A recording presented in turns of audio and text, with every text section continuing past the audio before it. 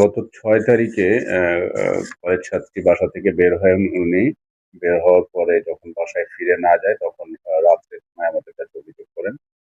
তাৎক্ষণিকভাবে আমরা আ জানতে পারি পটুয়াখালীর দিকে ভিকটিমকে নেওয়া হয়েছে। সাথে, সাথে আমরা পটুয়াখালী মহিপুর থানায় যোগাযোগ করি এবং পটুয়াখালী মহিপুর থানার পুলিশের সহযোগিতায় ভিকটিমকে উদ্ধার করা হয়েছে এবং তাকে যে অপহরণ করা হয়েছে এ সংক্রান্তে ২ জনকে আমরা গ্রেপ্তার করতে পেরেছি।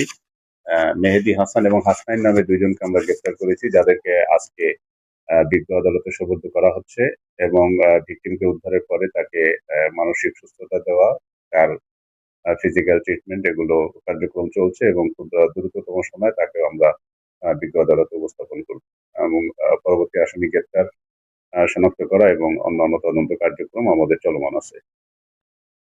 আমরা যেটা জানতে পেরেছি তাকে আরো কিছু সহযোগী আসামি আছে যেগুলো আমরা তদন্ত করছি। তাকে একটা সিএনজি যোগে এখান থেকে আ ভোলার স্পিড বোট ঘাটের দিকে নিয়ে যাওয়া হয়েছে। স্পিড বোটে পার করে তারপরে পটুয়াখালী আ কুয়াকাটায় তাকে নিয়ে যাওয়া হয়েছিল।